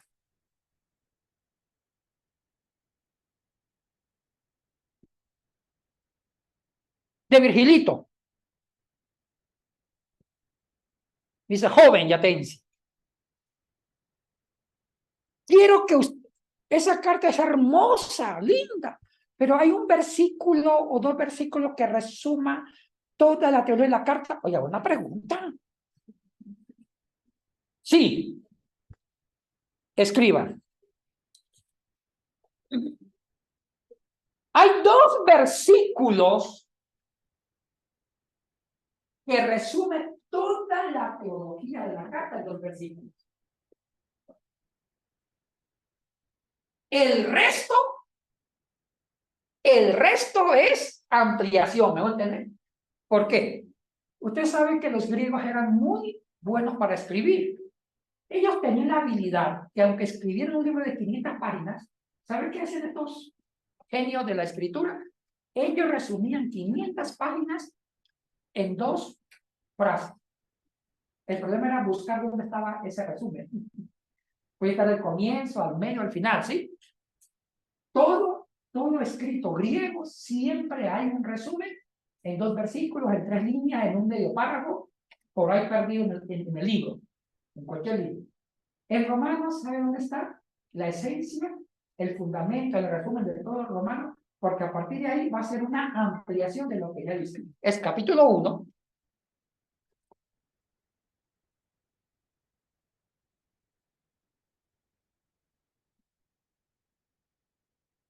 Romanos 1, versículos 16 al 17. Y el tiempo que nos resta,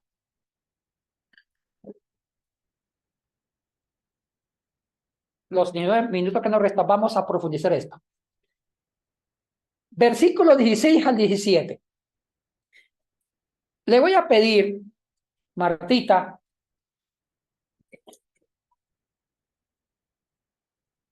¿tiene la PCB ahí? Sí, usted busque mientras tanto en Romanos 1, versos 16 al 17. Lee después cuando... Sí. Usted lea la Reina Valera, versión de 60.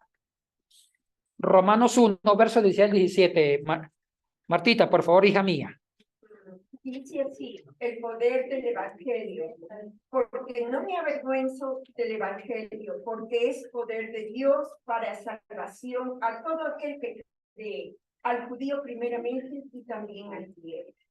Porque en el Evangelio la justicia de Dios se revela por fe y para fe, como está escrito. Mas el justo por la fe vivirá. Muy bien. Ahorita vamos a resaltar las palabras más importantes. Esos son los 2 versículos esenciales de toda la carta. Si ustedes quieren saber Romanos, primero memoricen y estudien los 2 versículos. Lo demás es explicación de los 2 versículos. Vamos a leer la versión de Dios, la TCB. Ay, aparte que no me va a dar desayuno.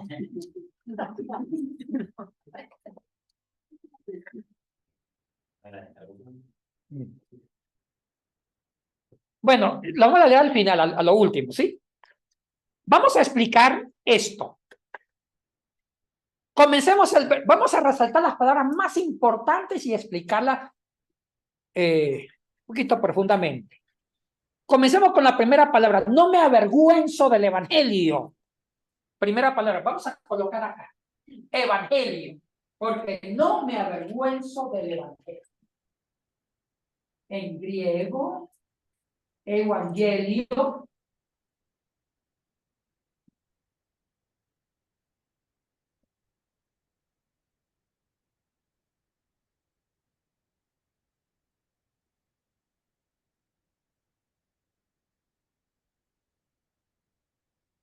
Evangelio. ¿Saben qué es evangelio? Buenas. Eso quería que me dijera. Muy de acuerdo. Eso significa. Evangelio es dar buena nueva. En el hebreo es nevaser. Es dar buenas nuevas. Pero profundicemos en qué consisten las buenas nuevas. Vamos al grano. La palabra evangelio es una transliteración del griego. En el griego es evangelion.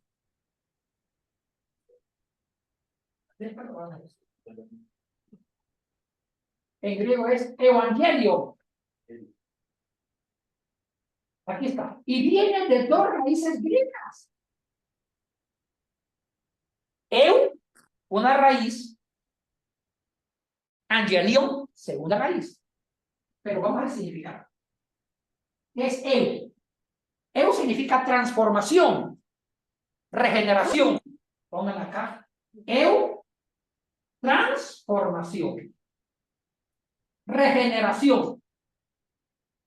Cambio. Transformar, regenerar, cambiar. Significa la primera raíz de evangelio. Ay, hermanos, mira, aquí hay una filosofía detrás de la palabra. Les cuento rápidamente. ¿Por qué significa cambio? Hay una historia filosófica con la tragedia griega. Los griegos, que son los dueños del griego, de la lengua que se usó para escribir el Nuevo Testamento, los griegos sabían que la vida era dolorosa, trágica. Pobreza, guerras, enfermedades, sequías. Y la peor de ellas, la verdad. Los griegos no se quedaron contemplando solamente el dolor, la tragedia, sino que inventaron una forma de cómo cambiar la vida. Volver lo doloroso en algo agradable.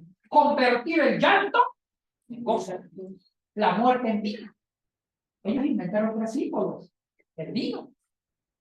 Para los griegos el vino, tomar vino era símbolo de transformación. Ay, cuando habían funerales, la gente lloraba. ¿Sabe qué le daban compasión a los que estaban sufriendo por una pérdida? Vino. Porque el vino era un momento que le daba alegría. Y los que eran tímidos para declararse a una mujer le daban vino. Bueno, José no necesita de vino. Y ahora no. Sí. Entonces, el vino era símbolo de gozo, de transformación. Les doy algo para que piensen. El único evangelio que pone como el primer milagro de Jesús es transformar el agua en vino. La boda de Caná. El único evangelista que habla de un milagro bien raro es Juan. Y los pastores nunca predican ese milagro porque no lo entienden. Es que no lo entienden. Porque no estudian. ¿Cómo es que Jesús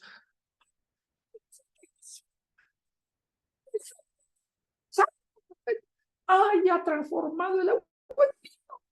Y muchos acomodan la hermenéutica. Es que no era vino, no, está mal traducido, no. Era juguito de uva. ¿Sí o no? Mentira del diablo.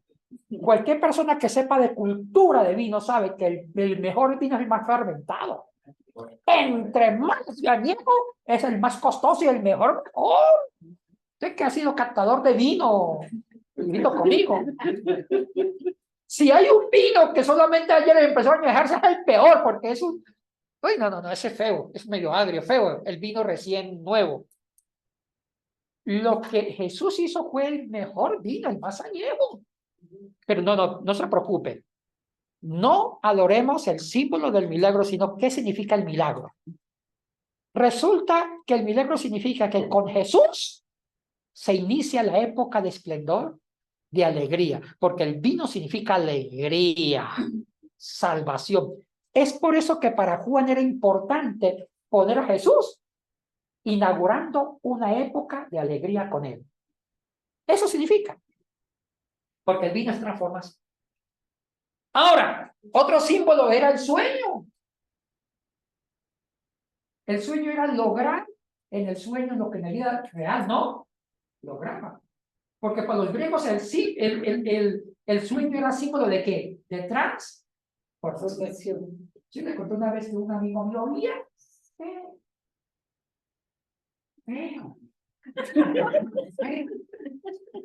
Mi amigo era tan feo que yo al lado de él era insoportablemente bello. Se enamoró de una Miss de la universidad muy linda, que ella lo despreció por qué. Y él estaba enamorado. Eso sí, Dios siempre recompensa. Lo que no le dio en belleza, le dice de lo brillante, muchacho. Brillante. Entonces, él quería casarse con ella, pero no sabía que no lo iba a lograr. En el sueño se casó con ella. Y tuvo 7 hijos y yo los pasé.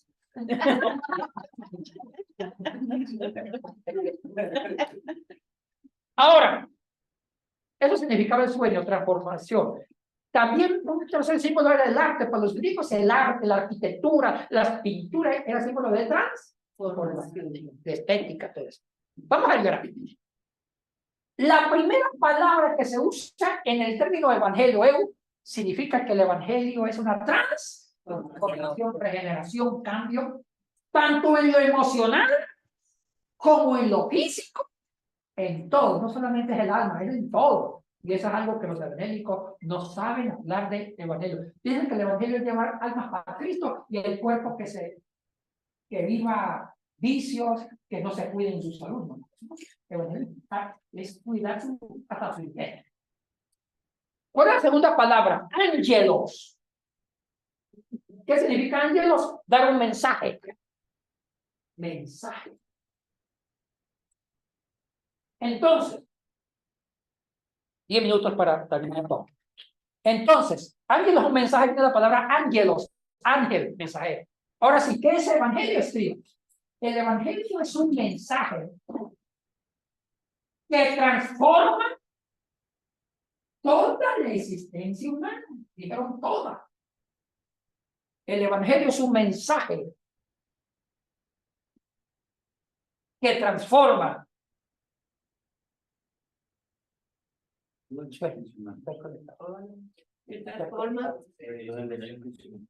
El evangelio es un mensaje que transforma toda la existencia humana. Chicos, muestro mi preocupación. Hay iglesias que definen el evangelio dar un mensaje de salvar el alma, ¿sí o no? Así más o menos. Eso es empobrecer el evangelio, así no es el evangelio. En un estudio profundo, el evangelio no quiere pedazos de su ser, él te quiere todo. Mientras que tu alma te vaya al cielo, mientras que usted viva acá, tiene que evangelizar su cuerpo, su dieta, sus hábitos alimenticios, sus hábitos de conducta, sus emociones. Tu madurez espiritual. O sea que el evangelio busca camino propio.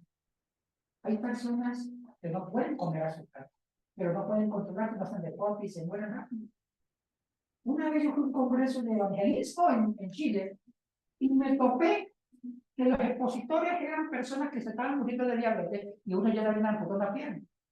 Está bien, la diabetes es difícil de controlar, pero por lo menos se puede tratar si usted también se ayuda. Muchos eran diabéticos por negligencia. Pudieron controlar su diabetes y evitar una amputación de pierna haciendo deporte, disciplina y tratando de comer sano.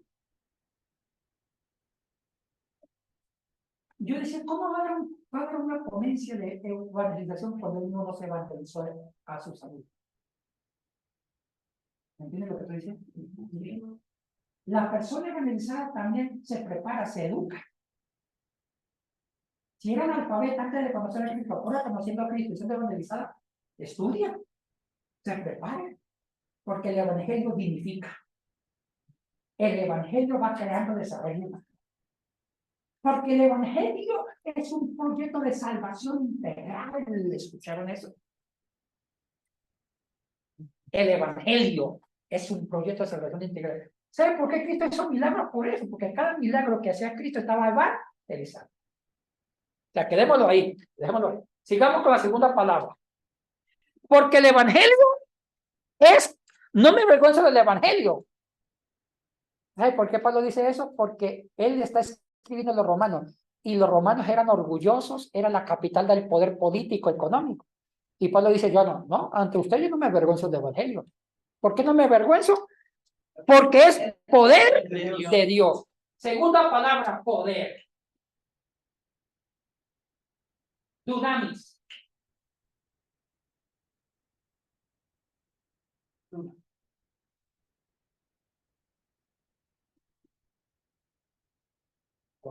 Pero pongan un poder sobrenatural. Es un poder sobrenatural. En el griego hay dos palabras que se pueden traducir a la única en el español como poder. En el griego hay dos tipos de poderes, sépanlo. Energía. El término energía, que aunque se traduzca a poder, significa un poder de acuerdo a la naturaleza humana. Ese poder está relacionado con lo que el ser humano puede hacer. Supongamos si Josué se levanta 20 toneladas, no creo, pero si él levanta 20 toneladas, es porque él tiene la capacidad natural de hacerlo, ¿sí me entiende? Ese es un poder de él, pero va de acuerdo con su naturaleza. Entonces, ese poder de energía va de acuerdo al poder humano, pero hay un poder que solamente lo ejecuta ¿quién? Dios. Se llama dunamis. Y ese poder no lo puede hacer el ser humano. Ese es el único poder que lo da Dios. Es sobrenatural. Entonces unamos las piezas. Dice, porque no me avergüenzo del evangelio porque es poder de Dios. O sea que el evangelio, la noticia de salvación me lo da Dios. Porque es poder de Dios para salvación. Vamos a la palabra que sigue. Para salvación. La palabra sotería. Soteria. Para salvación.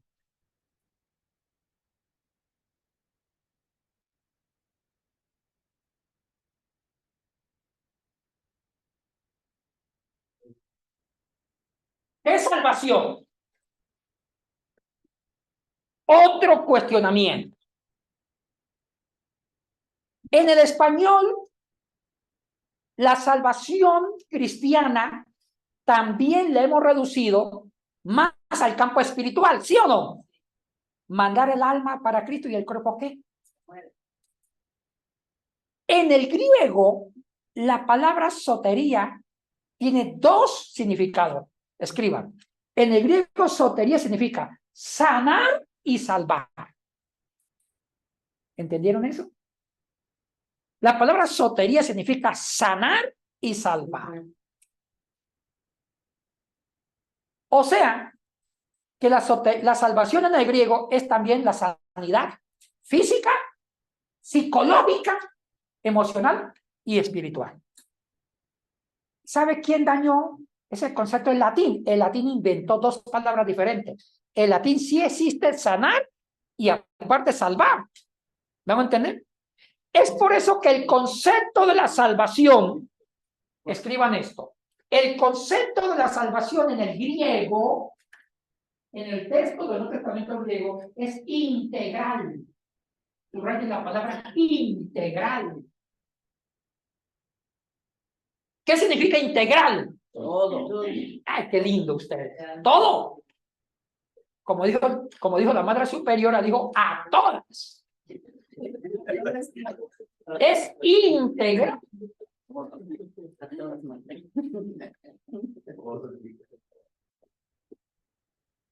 Integral. Oye, qué lindo. Cuando ustedes ya piensen en salvación, ya no piensen en español, puro algo, no. Ahora ya piensen en griego. Este curso le va a ayudar. Salvación en el griego sotería, que significa sanar, salvar, en todas las áreas. Ahora sí, vamos armando rompecabezas. Dice, porque no me avergüenzo del evangelio porque es poder de Dios. Ahora, el evangelio, ¿qué es el evangelio? Un mensaje que transforma todo el ser humano. Pero ese evangelio que es poder de Dios, ¿para qué sirve? Para no, para salvación. O sea que ustedes tienen que comenzar a vivir salvación donde respire. Cuidar su salud, sus emociones, sus comentarios, su mente, todo, porque todo es salvación. ¿Me van a entender qué lindo? O sea que el evangelio es como una terapia de vida. El evangelio tiene frutos, tiene beneficios que cura heridas. El evangelio te enseña a vivir. El evangelio te enseña a ser prudente. El evangelio te enseña a tener un buen éxito. El evangelio te enseña a ser creativo. El evangelio te enseña a cuidar su salud, a cuidar su comida, una dieta sana. El evangelio te enseña a ser gozoso, a sonreír. Oye, qué lindo ser cristiano. Es una forma de vivir bien. ¿Entienden eso? Porque es poder de Dios. ¿Para qué? Para salvación. Para todo aquel que cree. Hay una palabra que no voy a tener tiempo. ¿Qué significa creer? Es otro problema y eso sí se lo debo. Porque nosotros pensamos que creer es educar mi mente. Tengo fe, tengo fe. No, en el griego hay tres tipos de fe. Fe por conocimiento. Ay, yo conozco que Cristo es bueno, tengo fe. Oiga, no alcanza para ser salvo. Hay fe por intimidad. Ay, yo me enamoré de Cristo. Usted le pregunta a las hermanitas solteras. ¿Qué haces, hermana? No, es que yo ya me casé con Cristo. Digo, no, mi hijito, tienes algo de carne y hueso real. ¿Ah? ¿Qué? ¿Cómo? Ay, ay, ay, termina. Hermanos, pero la fe que se usa es pistis y viene de un verbo pisteuo, que significa conocer por identidad. Lo que yo conozco, dejo que el objeto de mi conocimiento cambie mi vida. Esa es otra explicación posterior que significa fe. Esa es la fe que va a hacer que el evangelio sea operativo. ¿Sí me entienden? Vamos al versículo 17. Hay otro. Porque la justicia de Dios se revela para el que cree. ¿Qué significa la justicia? Diferenciamos la justicia con la ley. Escriban. La palabra justicia en el griego, dikaiosune, la palabra justicia es buscar el desarrollo humano. ¿Entendieron eso?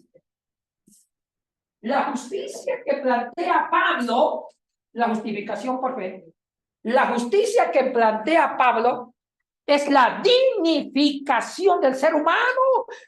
Buscar el desarrollo humano tanto en lo físico, en lo fisiológico, en lo emocional, psicológico, espiritual, todo. Esa es justicia. Cuidado, ¿sabe por qué mataron a Jesucristo? ¿Y por qué los católicos votaron a Pablo? Perdón, a Lutero, que resucitó a Pablo. Porque identifican justicia con ley. Ah, justicia es igual a ley. No, no, para Cristo es diferente. Porque la ley debe estar al servicio de la justicia. Usted debe crear un marco legal de un conjunto de normas. ¿Con qué propósito? Para que se cumpla la justicia. Pero si usted hace que la ley no ayude a que la justicia se haga, la ley se deshumaniza. Es alimento. ¿Por qué cree que Jesús sanaba a la gente en el sábado? Porque el sábado era una estructura de ley. Se prohibía 38 trabajos en el sábado. Hasta un médico no podía curar en el sábado porque era trabajar, porque era obligatorio el descanso.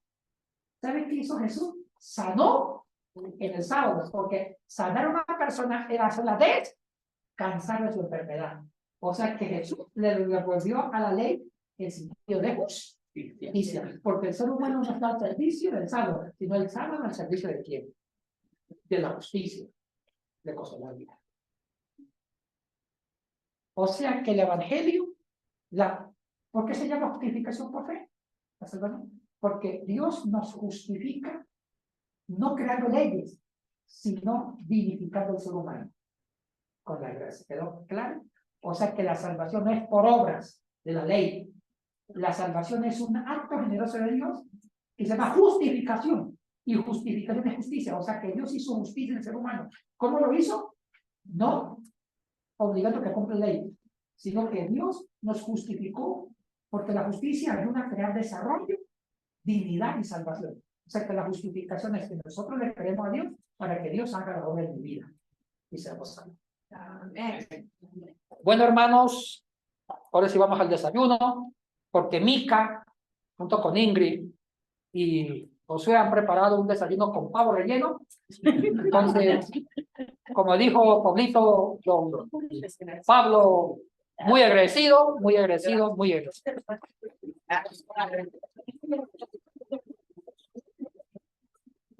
Muy bien, mis hermanos y hermanas, miren a su alrededor, qué gusto es poder tener este salón lleno, el poder tenerles este tiempo aquí, así que no se desanimen, sigan participando de nuestras clases.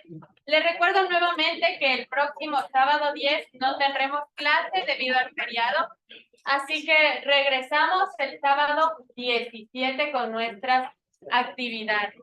Para los hermanos del Zoom, recordarles que también puedan hacer sus aportaciones a la cuenta de Capilla del Valle por parte de la Academia Bíblica. Si usted va a hacer o va a realizar transferencias acá, les pedimos que puedan especificar que es para Academia Bíblica y no confundir a la hermana Adriana, que es quien maneja toda la parte de las cuentas. Sí, tienes el derecho.